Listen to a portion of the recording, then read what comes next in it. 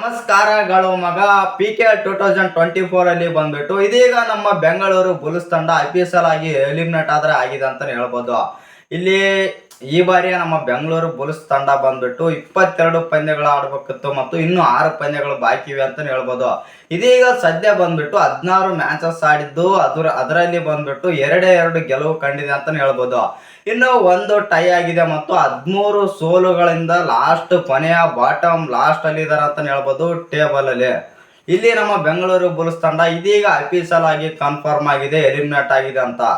ಇನ್ನು ನಮ್ಮ ಬೆಂಗಳೂರು ಬುಲ್ಸ್ ತಂಡ ಬಂದ್ಬಿಟ್ಟು ಸ್ಟಾರ್ಟಿಂಗ್ ಇಂದನೇ ಕಳಪೆ ಮಟ್ಟದಲ್ಲಿ ಪ್ರದರ್ಶನ ಕೊಟ್ಕೊಂತ ಬಂತಾನೆ ಹೇಳ್ಬೋದು.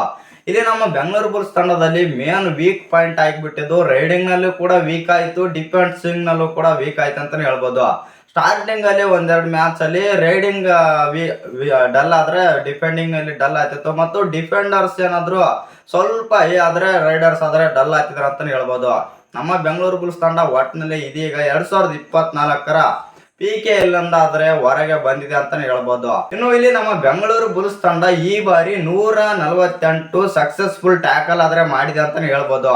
ಇಲ್ಲಿ 148 ಸಕ್ಸಸ್ಫುಲ್ ಟ್ಯಾಕಲ್ ಅಲ್ಲಿ ಬಂದ್ಬಿಟ್ಟು ಅದರಲ್ಲಿ 59 ಬಂದ್ಬಿಟ್ಟು ನಿತಿನ್ ರಾಹುಲ್ ಅವ್ರಿಗೆ ಟ್ಯಾಕಲ್ ಪಾಯಿಂಟ್ ಇವೆ ಅಂತಾನೆ ಹೇಳ್ಬೋದು.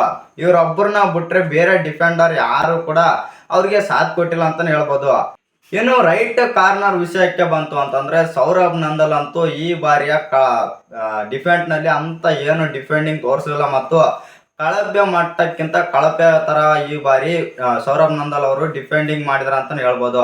ಕಳೆದ ಸೀಸನ್ ನಲ್ಲಿ ಸ್ವಲ್ಪ ಚೆನ್ನಾಗಿ ಆಡಿದ್ರು, ಆದ್ರೆ ಈ ಸೀಸನ್ ನಲ್ಲಿ ಅಂತ ಪ್ರದರ್ಶನ ಬರಲಿಲ್ಲ ಅವರಿಂದ ಅಂತಾನೆ ಹೇಳ್ಬೋದು.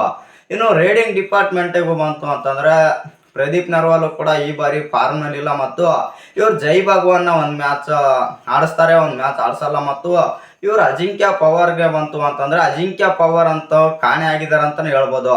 ಬೆಂಗಳೂರು ಬುಲ್ಸ್ ಟೋಟಲಿ ಈ ಬಾರಿ ಫುಲ್ ಫ್ಲಾಪ್ ಆಗಿದೆ ಮತ್ತು ಇನ್ನು ಈ ಬಾರಿ ನಮ್ಮ ಬೆಂಗಳೂರು ಬುಲ್ಸ್ ತಂಡ ಫಸ್ಟ್ ಅಂದ್ರೆ ಮೊದಲನೇ ತಂಡ ಆಗಿ ಎಲಿಮಿನೇಟ್ ಆಗಿದೆ PKL 2024ರಲ್ಲಿ ಅಂತಾನೆ ಹೇಳ್ಬೋದು. ಇನ್ನು ನಿಮ್ಮ ಪ್ರಕಾರ ಈ ಎಲಿಮಿನೇಟ್ ಬಗ್ಗೆ ನಿಮ್ಗೆ ಅನ್ಸುತ್ತಂತ ಕಮೆಂಟ್ ಮಾಡೋದನ್ನ ಮರಿಬೇಡಿ. ಹಾಗೆ ಇಲ್ಲಿ ನಮ್ಮ ಬೆಂಗಳೂರು ಬುಲ್ಸ್ ಒಂದೇ ಒಂದು ಅದು ಏನಪ್ಪ ಹೇಳ್ಕೊಂಡು ಓಡಾಡ್ಬೋದು ಅಂತಂದ್ರೆ ಅದು ನಿತಿನ್ ರಾಹುಲ್ ಅವರು ಇದೀಗ ಟಾಪ್ ಡಿಫೆಂಡರ್ ಅಲ್ಲಿ ನಂಬರ್ 1 ಸ್ಥಾನದಲ್ಲಿದ್ದಾರೆ ಅಂತಾನೆ ಹೇಳ್ಬೋದು. 59 ಟ್ಯಾಕಲ್ ಪಾಯಿಂಟ್ ನಿತಿನ್ ರಾಹುಲ್ ಅವ್ರು ತಗೊಂಡ್ರೆ 57 ಪಾಯಿಂಟ್ ಇವರು ಶಾದ್ಲು ಅವ್ರು ತಗೊಂಡಿದ್ದಾರೆ ಅಂತಾನೆ ಹೇಳ್ಬೋದು. ಇಲ್ಲಿ ಅದನ್ನು ಕೂಡ ಶಾದ್ಲು ಅವರು ಬೀಟ್ ಮಾಡೋ ಎಲ್ಲ ಚಾನ್ಸಸ್ ಇದೆ ಅಂತಾನೆ ಹೇಳ್ಬೋದು.